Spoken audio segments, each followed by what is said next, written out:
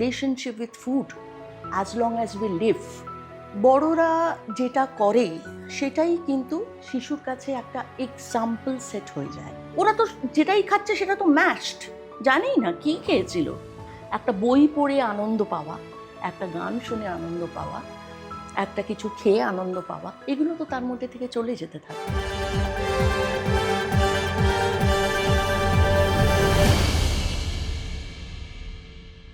নমস্কার, আপনারা দেখছেন Anandabazar Patrika and the Telegraph presents education symposium. আর আমাদের সঙ্গে এই মুহূর্তে রয়েছেন ডক্টর জোনাকি মুখার্জি।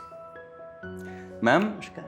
আমরা অনেক রকম আলোচনা করছি, কিন্তু শিশুদের বেড়ে ওঠার পিছনে বা আমরা তো শিশুদের বেশিরভাগ সময় দোষ দিই যে তোমরা এটা কেন করছো, ওটা কেন করছো, কিন্তু কখনো আমরা নিজেদের দিকে তাকাই না।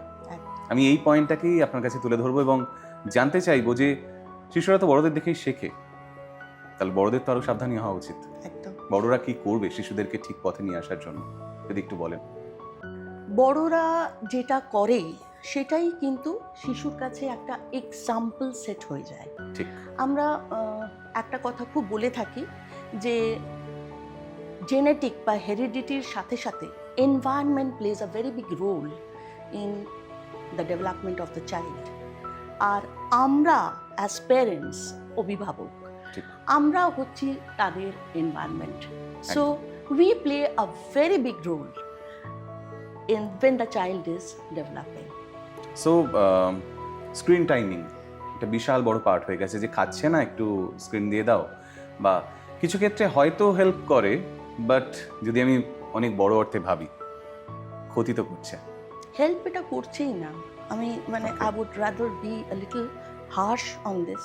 ওকে। কারণ খাওয়ার সময় food is also a very important part of life. And we have a relationship with food as long as we live.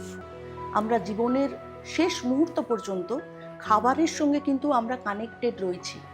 এবং এই যে একটা প্রবণতা আজকাল দেখা যাচ্ছে যে নয় সে টিভি দেখতে দেখতে খাবে, মানে তার মানেটাই তো এটা হলো যে ফার্স্ট অফ অল সে খাওয়াটা এনজয় করছে না, ওর খাওয়াটা তাকে ফোর্স করা হচ্ছে, either of the two.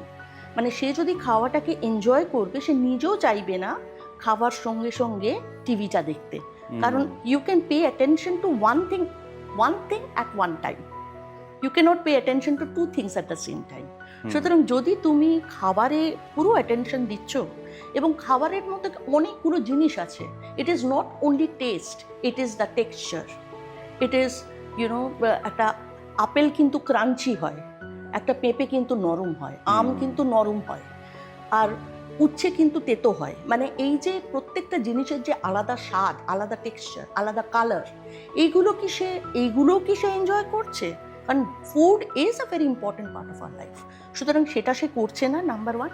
R number two, সে যখন স্ক্রিন দেখতে দেখতে খাচ্ছে, তাকে হয়তো চটকিয়ে পটকিয়ে সব জিনিসগুলো মিক্সটিক্স করে টোরে মিক্সিতে ঘুরিয়ে, আজকাল বেশিরভাগ বাচ্চাদেরকে যেরমভাবে খাওয়ানো হয়, নিজে হাতে তাদেরকে খেতে দেওয়া হয় না, তাদেরকে জোর করে স্পুন ফিডিং বা মুখের মধ্যে দলা করে দিয়ে খাওয়ানো হয়।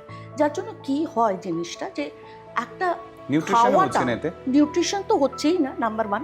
মানে সে যে কি খেলো সে তো নিজে রিয়েলাইজই করলো না।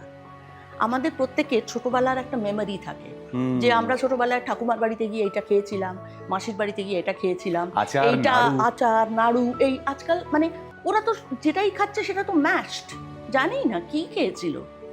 আর সেকেন্ডলি হচ্ছে এই যে ফোর্স ফিডিং, যে তার খিদে পাওয়ার আগেই তাকে ফোর্সিবলি খাইয়ে দেওয়া হচ্ছে। সুতরাং তার প্রবণতা হচ্ছে যে তার খিদের জন্য সে খাচ্ছে না, সে বাবা মাকে খুশি করার জন্য খাচ্ছে। সুতরাং এই সাইকোলজিটা তার মধ্যে ডেভেলপ হচ্ছে। সুতরাং এটা একদমই উচিত নয়, বাচ্চাকে সেলফ ফিডিং করতে দেওয়া উচিত। That is also a very big learning process. It is the coordination, that you are lifting something with your fingers, putting it in your mouth. That is also a coordination, that is also a skill. সেটা একটা 1 বছর থেকে 2 বছরের বাচ্চার মধ্যে develop হবে না কেন? সে জানেই না কি করে খেতে হয়। সুতরাং এই স্ক্রিন টাইমটা ওই সময়ে দেওয়া একদমই উচিত নয়। এবং স্ক্রিন জিনিসটা মানুষের সবসময় ক্ষতি করেছে বেশি, রাদার দ্যান হেল্পিং।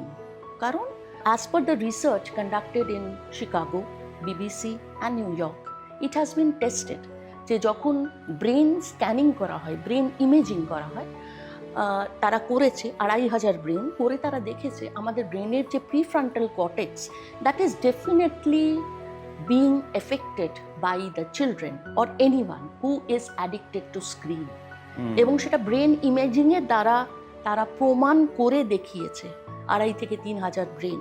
সুতরাং এইটা definitely it results in one, brain fog. Number 2, it results in lack of concentration. It affects the memory of the child. সুতরাং এই যে এত ক্ষতি করছে আমাদের, we don't have the power of memory, we do not retain the power of focus. Focus যদি আমাদের না থাকে, একটা ঘরে ঢুকে সব থেকে প্রথম আমরা স্ক্যান করে বুঝে নিতে পারবো যে ঘরে কি কি আছে, we don't have that focus. We are losing that because we are so much used to seeing moving images and multimedia, which is giving sound, which is giving image, and which is also producing certain feelings inside us. So once a child gets used to multimedia, she to dimensional media, যেমনি একটা বই পড়ে আনন্দ পাওয়া, একটা গান শুনে আনন্দ পাওয়া, একটা কিছু খেয়ে আনন্দ পাওয়া, এগুলো তো তার মধ্যে থেকে চলে যেতে থাকবে। আর সব সময় তো আমরা তাকে, জীবনটা তো সিনেমা নয়, সব সময় যদি সে সিনেমা চায়, all the time he wants entertainment entertainment entertainment, bore সে হতে পারবে না। একদমই। এটাই হচ্ছে।